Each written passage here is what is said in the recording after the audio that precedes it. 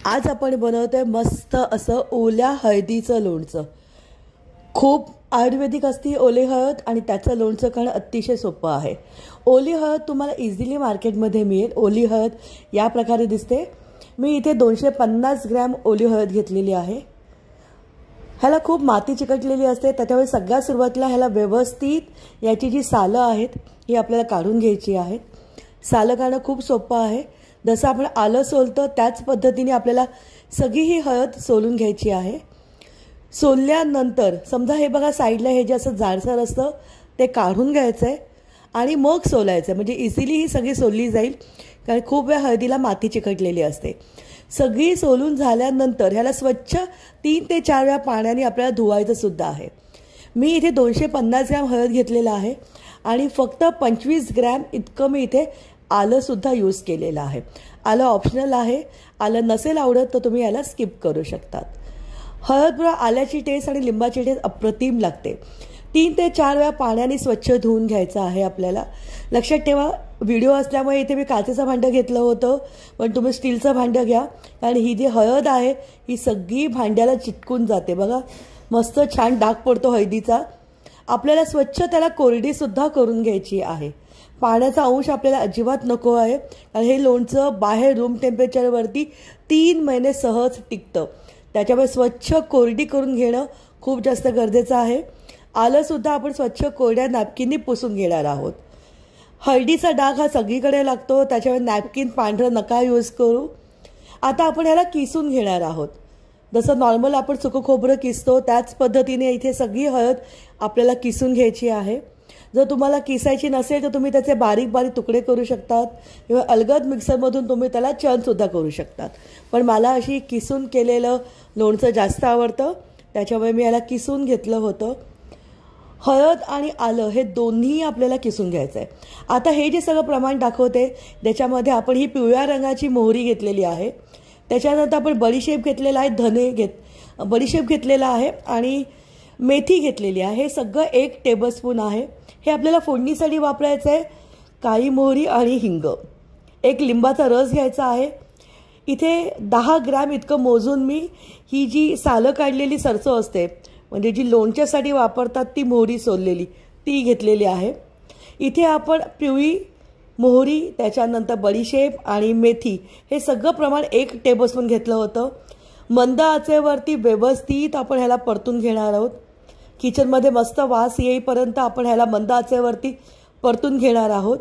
त्याच्यानंतर मी इथे 2 टेबलस्पून भरून तिखटवाली लाल मिरची पावडर घेतली होती। जर तुम्हाला तिखट नसेल आवडत तर तुम्ही इथे काश्मीरी चिली पावडर यूज केली तरी सुद्धा चालेल। थोडी मिरची पावडर आपण इथे गॅस बंद करणार आहोत आणि हे जे आपण आता परतून घेतलं आहे त्याच्यामध्ये थोडीशी आपल्याला लाल मिरची पावडर सुद्धा ॲड करायचं आहे। लक्षात ठेवा, गॅस बंद करूनच मग आपण ह्याच्यामध्ये लाल मिरची पावडर ॲड करणार आहोत, कारण खूप वेळा लाल मिरची पावडर आपण विकत आणतो त्याच्यामध्ये मॉइश्चर असतं।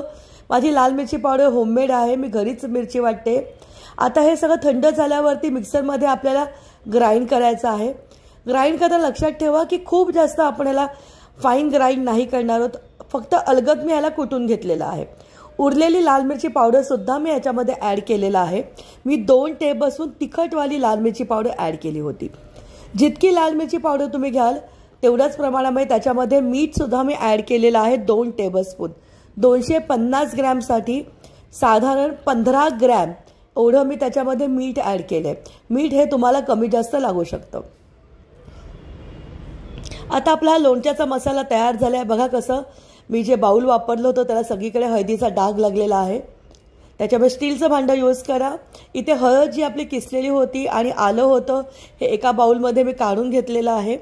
आता आपण हे जे मगाशी मिक्सरला वाटून घेतलं होतं ते त्याच्यामध्ये ॲड करूया आणि सगळं व्यवस्थित आपल्याला मिक्स करायचं आहे।